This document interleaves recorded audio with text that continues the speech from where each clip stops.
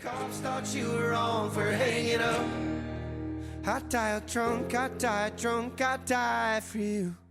Potty mouth Noel Khan. Yeah, wasn't expecting that. Apologies if that offended anybody. Big shout out to our Jane and our Sam and our Ashley listening in the kitchen. Lovely to hear from you all. Have a fabulous evening. Right, I'm going to have a chat now to my studio guests. My first studio guest of the show. I've got another set of studio guests in the second hour of the show. We're going to be talking about Incruniac, so it's going to get all trad. This, though, is all about the rock. We've got Call Me Amour in the studio. Geoff and Harry are with us. Harry, there's been quite a lot going on. For one thing, you've been on a tour, and when I say on a tour, I don't mean round the Isle of Man. Tell us where you got to, because you went all over the place, didn't you? We did, yeah. We actually did 2 tours back Come to a back. bit closer to the microphone. Thank you. Yeah, we did 2 tours back to back. So we did one in April, and then I think we had about a week and a half off, and then we did one in May. So the one in April, we were supporting a band called The Hara, Hara. They kind of got big around just after COVID finished. They were like got put on all the big festivals. They're kind of like Prodigy meets, what would you say, like Geoff? They're like kind of, I mean, Prodigy inspired, but they seem to be blowing up in the UK right now. They're really Guitar Prodigy, I think, is the best way. Yeah, really cool band. So check them out. So we went on tour with them all around the UK, just kind of all the major A cities. And how do you get a tour like that with a band like that? How did that come about? So most of the tours we get are, like, I used to be in a band called Yashin years ago. So a lot of it is who you know, really, for anyone to take anything that you say or message seriously. So there's elements of that. But yeah, so straight after The Hara, we then went on tour with an American band called Pop Evil. And that was in the UK and Europe. So with all those dates, I can't remember exactly where, but we did like Amsterdam, Frankfurt, Munich, Cologne, Paris, Manchester, Glasgow, London, Birmingham, Glasgow. Dare I ask who the best audiences were? Germany. Germany, we can't wait really, to go straight back. away, It was Germany. unbelievable. Yeah, Wow. we want to just we want to get to Europe as much as possible. And yeah, we actually are going back. We found out yesterday. So definitely Germany. We want to. Yeah, I think we might sign with a label out there as well called Circular Wave. They've asked to sign us, so the fact that we're going back there more and more, we'll probably sign with them and make that more our territory to hit, just as much as the UK, if not more. And how does it work now with labels? Because it's a very different scene now than Completely. it was like 10 years ago, isn't it? Yeah. So fortunately, most people, kind of younger bands or even older bands, want to sign a deal because they want that big payday, so they can maybe make it a living, or maybe just they can just make it a living. But like, it doesn't really work like that anymore. No one's gonna offer any kind of rock bands like £500,000, £1 million deals like they used to back in the day. So it's so important now, all the elements to kind of make money, whether it's like from merchandise or monetizing your YouTube videos, TikTok videos, all sorts of things like video subscriptions, things like that. But one thing that labels do very well when you get to a certain level is taking kind of all the workload off the band. So being in a band, I mean, just to do a tour, you have to sort out your tour bus. You have to sort out all of the artwork for the tour. You have to sort out your sound engineer. You have to sort out your guitar techs. You have to sort out all of the hotels, all of the travel, all of the gas, all of the promotion. Like, there's so much that goes into it, which most people don't realize. So labels can come in and take care of all of that and streamline everything for you and kind of put it in hands of the best PR agencies in those territories. So they've been doing it for years. So they still are valuable in terms of making a band kind of boom or pop, as opposed to you guys just playing aimlessly a bunch of shows. They'll target you and point you in the right direction more. So I suppose the difference, though, is that the marketing side of it, the promotion side of it, a lot of that falls onto the hands of the bands really now, doesn't it, with social media? Yeah. The bands and then PR companies, which normally are, part of bigger labels, will have that in-house, like good PR companies. So radio pluggers, TV, magazine, digital, things like that. So they've still got a place. Well, listen, we're going to hear a song now, and then we're going to chat more with the guys. But Geoff, we're going to hear Blackout first. Tell us a little bit about this then before we hear it. Blackout. It was written a long time ago, wasn't it? it was just like a basic idea that we had written on Logic at home in the studio, and then the two of us got together and kind of battled it out. And I mean, we kind of had a finished version, then it got chopped, and I think that's the way it works. Like, I'll come up with something, Harry will come in and take something out. How rude. And then He's not bitter. He's not bitter at all about that. Either. just to get his stamp on it. But yeah, and I think we just go backwards and forwards until we're both happy with it. And yeah, and that was one that we came up with, and we were really happy with it. It's changed a lot since we recorded it once in a studio in York in Inner Sound, and then we went back and recorded it again. And I think you redid the vocals and stuff, didn't you? So, but it's a now lot it's of a work. finished product. It's yeah, the it's a finished first project, single off the EP, And it's been getting some really good play, hasn't it? Yeah, so it's awesome. We've had Radio One, Kerrang, a lot of a couple of the different DJs that playlisted it, which is nice, like Alex Holcomb and Nels. So yeah. Great. So well, let's hear it, and then we will chat more with Call Me Amour. This is Blackout. Just for a moment, I could swear I had it all figured out. That's when it started, broken hearted with nobody to help. I'm on the inside out. Wait till I'm sober to tell everything to. Yeah, if I could open up the windows, I would breathe in. I'd like to take these cuffs away and learn to fight again. So put the noose around my neck, forgive the sins, my friends. I wanna black out, I keep waiting for it. It's the voice in my head that'll leave me for dead. I'm depressed, I'm a mess, how are you? I'm depressed, I'm a mess, how are you? Yeah, I'm on the inside out. What will I do now? Yeah, if I could open up the windows, I would breathe in. I'd like to take these cuffs away and learn to fight again. So put the noose around my neck, forgive the sins, my friends. I wanna black out, I keep waiting for it.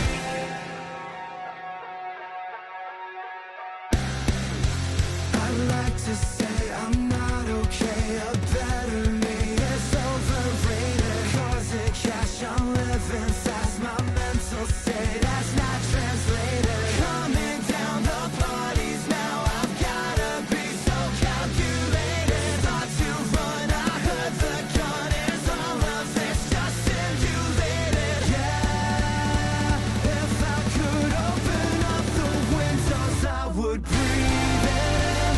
I'd like to take these cuffs away and learn to fight again. So put the noose around my neck, forgive the sins, my friends. I wanna black out, I keep waiting for it.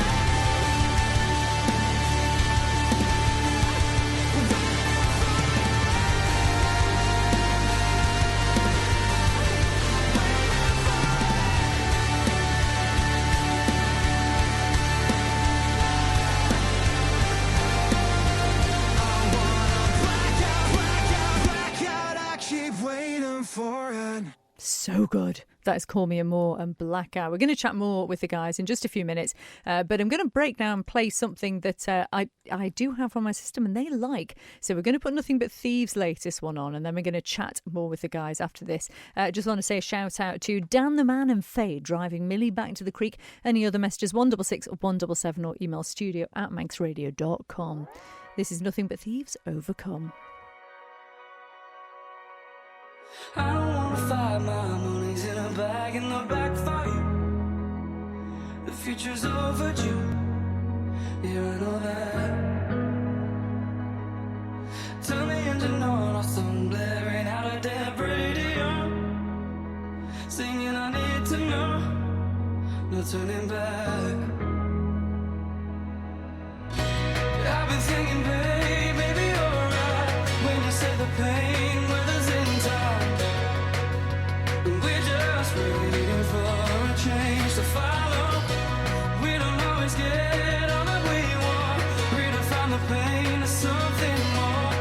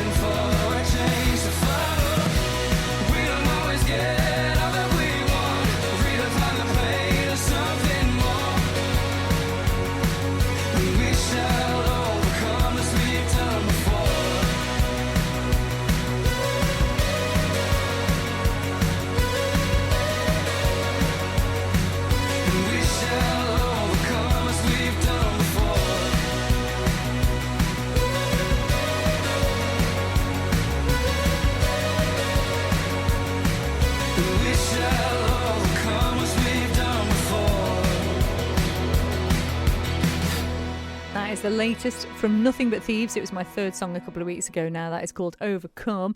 Harry Radford's a big fan of Nothing But Thieves. We were just having a chat off air there, Harry. I'm fascinated by the fact you said that's one of those groups that work with songwriters. It's not just them. And I was intrigued by this because I watched the Lewis Capaldi documentary to get an idea of, kind of like, I know it's a big, heavy story, his story. And it was interesting to see that as soon as he made it, he was immediately put in with a whole group of songwriters. And you think, that's interesting, because surely they trust you then if you've already made it to be able to write your own songs. But apparently this does happen quite a lot. Yeah, just like anything, I guess labels are businesses and they are there to make money. So if they're going to sign someone and put a bunch of money behind them, they want to recoup that money. So if there are songwriting formulas like Max Martin, who wrote for, Britney Spears, all the Backstreet Boys songs, and he's even written songs like Bullet for My Valentine. Like it's undeniable that there are formulas to writing very great songs. So I guess it's just protecting their investment or wanting that person to monetize more, have more hits, or to sharpen up their own songwriting skills, I guess. Wow. Yeah. How would you feel about doing something like that? I mean, the thing is, you two work together anyway, don't you, writing? Yeah. So what would it be like if you then got dumped in a studio with other songwriters? I think we've mentioned it before. Yeah. I'm sure we've talked about it from songwriters that Harry's known in other bands. Yeah. It's it's good to have that kind of input, because you can get a bit lazy with your songwriting or think you've got this amazing idea, and then having someone else come in and change it a bit, it opens your ears up and you think, oh right, it's actually really good. So you're not precious about what you write? No, I mean we're precious about our own ideas, but I love hearing other people's take on it as well. Yeah, if you have I don't think there's anything wrong with guidance, but I mean, if someone's gonna help your art kind of reach more people from you just not, I don't know, just opening your mind a little more or coloring outside your lines. I don't think there's anything wrong with that. So, but when I was younger, I'd be like, no, that's cheating. And that's not cool. But now, I'm up for working with anyone if it feels right.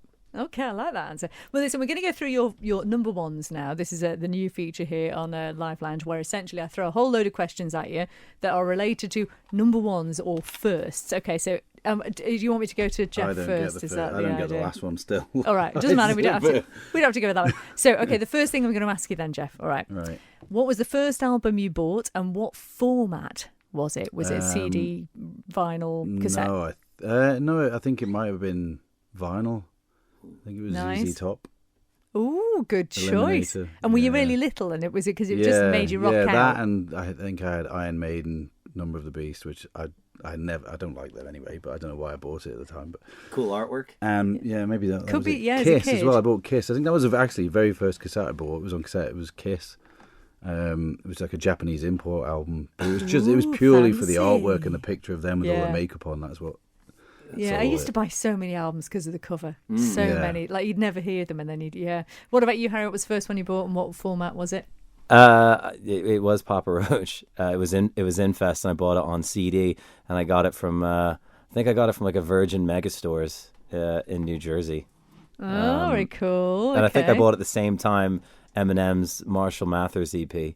So that's a good one. Yeah, it's both of those on That CD. is a really good one. Okay, first memory of live music. Do you remember what that was, Geoff? First memory of live music, I know I saw Toya Wilcox, but I was way too young to remember actually seeing her. I think the first memorable gig I went to was Guns N' Roses at Wembley Stadium. Wow. And I think I was like 17, and my mum and dad just let me go to London with my sister, who was a year older than me, which is crazy to think about, just letting a teenager go off to London on your own into a stadium to see Guns N' Roses. But yeah, that's awesome. That was a memorable gig. And what about you, Harry? Mine's memorable for a different reason, really, not for the music. I mean, it was to see the Hives. I went with like all my school friends, and it was like our first gig to go, and we went to go watch the Hives because we'd seen Hate to Say I Told You So on Kerrang. So we went to see that, and we all stayed in like my buddy's dad stayed in an apartment next door, and we all the lads like shared this apartment, and we were like, I don't know, 14, 15 or something. And I remember us getting like loads of crates of beer and getting really drunk, and we bought some fireworks, and we lit the fireworks up and launched them outside a window. Like, don't try this at home, kids. In the center of Manchester, and they were out going out behind a car. It was going like they were launching into the sky, but it was over a car park. Next thing we know, we hear a knock at the door, and I was none the wiser. I didn't know what was going on. This was the first time I was drinking beer. And then one of my friends comes over to me and goes, "Harry, the door's for you." And because I was drunk, I was like, "Oh, okay." Like, obviously, I knew no one in Manchester. I'd never been there before. And I went to the door, and there were 2 police officers there. And I was like, "Oh my gosh!" But luckily, they didn't come in, because if they did come in, they would have seen our beer pyramids that we built with all the empty cans. But again, don't try this at home, kids. Very good. Well, listen, one more question, then we're going to hear one more of your songs. So the next question is the only other one I'm going to ask you, because we're running out of time otherwise. Your very first gig performing, do you remember what that was, what band it was, and what do you remember about it? And turn your phones off. Sorry. Go on then, Geoff. What was yours? First gig, I think it was in Bushies. What a venue. Underclass was the name of the band. Oh, I remember Underclass. And we were rehearsing for a year solidly, and I was and I was too much of a bit scared to get on stage, but at the same time I wanted it to be perfect. I didn't want anything to go wrong. And the drummer at the time, Mike Stevens, he was like, "I'm going to get a gig." Oh no, he rang us. That was it. He rang us from Bushies and said, "We've been offered a support slot tonight if we play it. If you say no, I'm leaving the band, and that's it. I'm done." And I was like, "Oh, right, okay." So we literally forced into doing it, but I'm glad he did do that. That's how it all started. That's how it all started. Oh, amazing. Well, listen, we'll get yours in a minute, Harry, but first up, we're going to hear your next single, which I can't say what it's actually called. I suppose the radio edit, we're calling what? I'm Lost? Is that what we're calling it, Harry? And it's featuring Lena Dre. Lena Dre from Las Vegas, yeah. An awesome singer from stateside. Excellent. Well, let's hear this. And if you've got any questions for the guys, 166 and 177, they're here for another few minutes, and we're going to hear something live from them as well. This is Call Me Amour. I'm lost, shall we say? And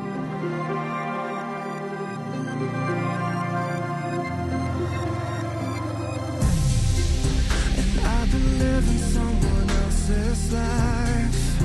Another bottle and another line.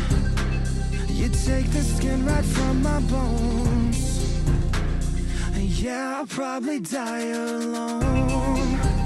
Tell me, how did I become so numb when everybody's around me having fun? Dances and a glass of dumb. Does it hurt to play alone?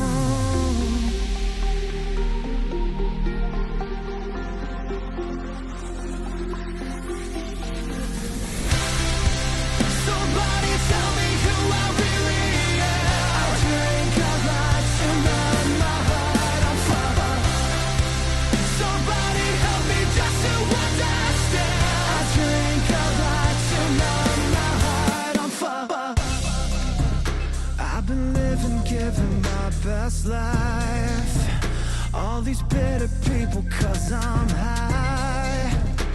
Success, confess, it's new to me. But who am I supposed to be? What I'm taking, it ain't shaking. What I demonize, popping triggers. Do I live and let die? All these creatures that are killing me to get inside. Threw away my heart so you can't get mine. You can't get mine. Somebody tell me who I really am. I drink a lot to numb my heart. I'm fucked. Somebody help me just to understand. I drink a lot to numb my heart. I'm fucked. Living up. I never know where to stop. Hey, I'm getting faded.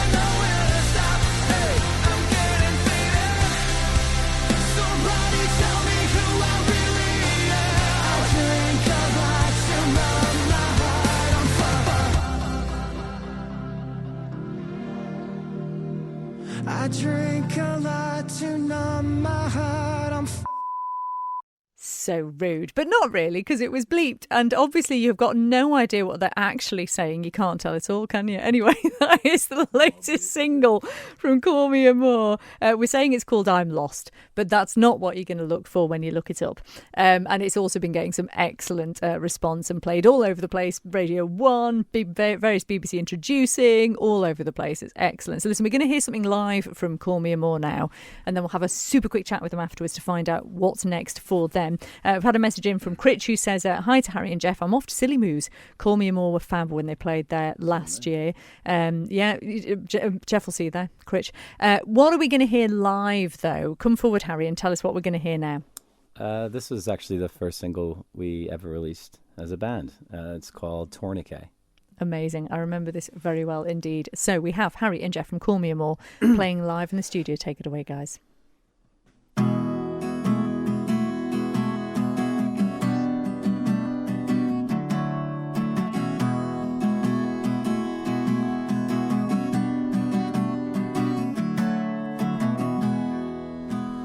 Tear me apart, stitch me back up.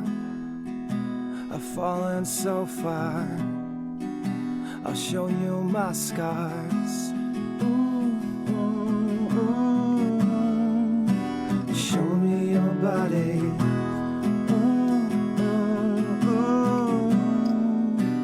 Tell me your story. And every single day I rip my tourniquet. I've opened up my wounds and now the blood is running out of me. I carry my mistakes, sleeping or awake. I've opened up my wounds and now the blood is running out of me.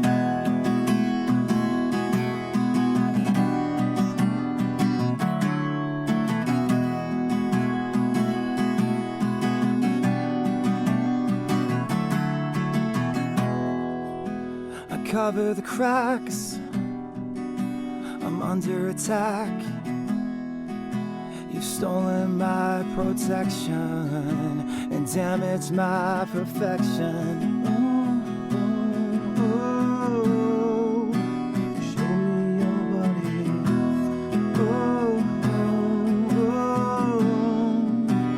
Tell me your story. Every single day my tourniquet. I've opened up my wounds and now the blood is running out of me. I carry my mistakes, sleeping or awake. I've opened up my wounds and now the blood is running out of me. You smell the blood on me.